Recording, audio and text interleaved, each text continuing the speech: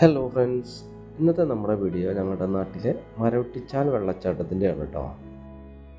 തൃശ്ശൂരിൽ നിന്ന് ഏകദേശം ഒരു 25 കിലോമീറ്റർ ദൂരമുണ്ട് കേട്ടോ മരവെട്ടിച്ചാൽ വെള്ളച്ചാട്ടത്തിലേക്ക്. അതിമനോഹരമായ ഒരു മലയോര കാർഷിക ഗ്രാമമാണ് നമ്മുടെ മരവെട്ടിച്ചാൽ. ഈ കാണുന്നതാണ് മരവെട്ടിച്ചാൽ സെൻറ്റർ. മരവെട്ടിച്ചാൽ എന്ന് പറയുമ്പോൾ തന്നെ ആൾക്കാർക്ക് ആദ്യം ഓടിയെത്തുന്നത് ചെസ് ഗ്രാമം എന്നുള്ള പേരിലാണ് ഞങ്ങളിപ്പോൾ ഏറ്റവും കൂടുതൽ അറിയപ്പെടുന്നത്. അതുപോലെ തന്നെയാണ് മരവെട്ടിച്ചാൽ വെള്ളച്ചാട്ടവും. ഈ രണ്ട് പേരിലാണ് ഞങ്ങളെ പുറത്തുള്ള ആളുകൾക്ക് കൂടുതൽ അറിയുന്നത്. ഈ വീഡിയോ കണ്ടിട്ട് ആരും അങ്ങോട്ട് വരണ്ട, കാരണം ഇപ്പം അങ്ങോട്ടൊന്നും കടത്തി വിടുന്നില്ല.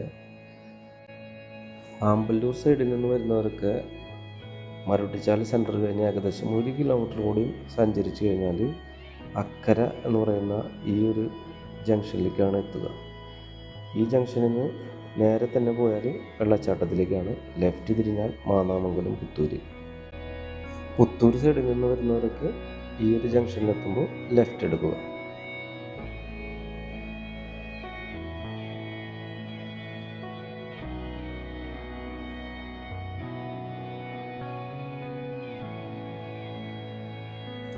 ഈ വഴിയിലൂടെ 1-2 കിലോമീറ്റർ കഷ്ടി വരുമ്പോൾ ഈ റോഡിൽ ലെഫ്റ്റിലേക്ക് ഇതുപോലെ ഒരു ചവിട്ട് വഴി, ബൈക്കിൽ വരുന്നവർക്ക് അതിൽ ഓടിച്ചു പോകാവുന്നതാണ്.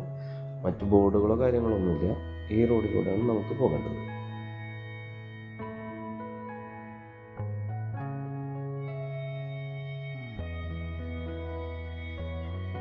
വെള്ളച്ചാട്ടത്തിൻ്റെ വഴിയിൽ കുറച്ച് ദൂരം ഇടത് സൈഡിലൊക്കെ കുറച്ച് വീടുകളുണ്ട്. പിന്നെ ഇവിടെ നിന്ന് അങ്ങോട്ട് 2 സൈഡും റബ്ബർ തോട്ടങ്ങളാണ്.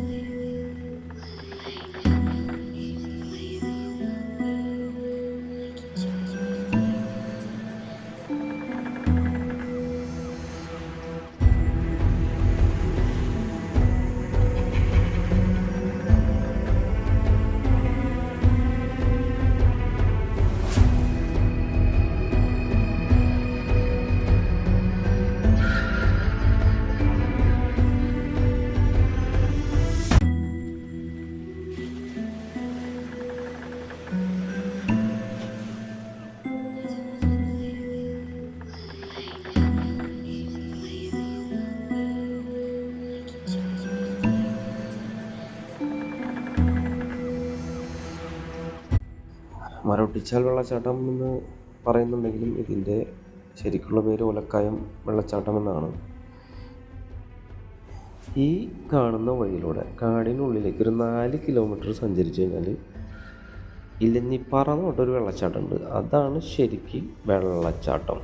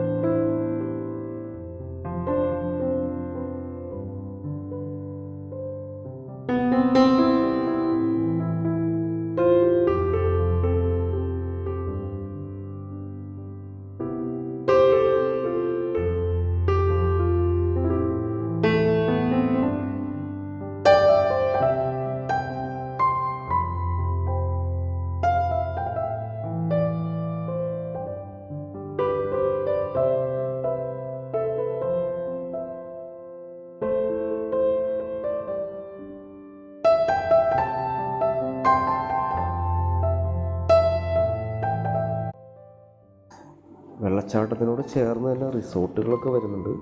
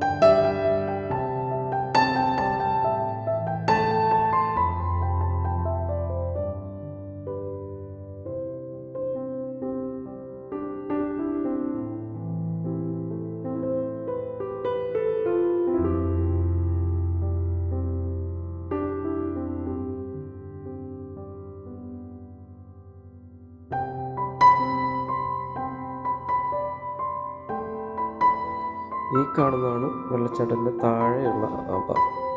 ഇവിടെയാണ് ആളുകളൊക്കെ കുളിക്കുന്നതിനൊക്കെ ഇറങ്ങുന്നത്.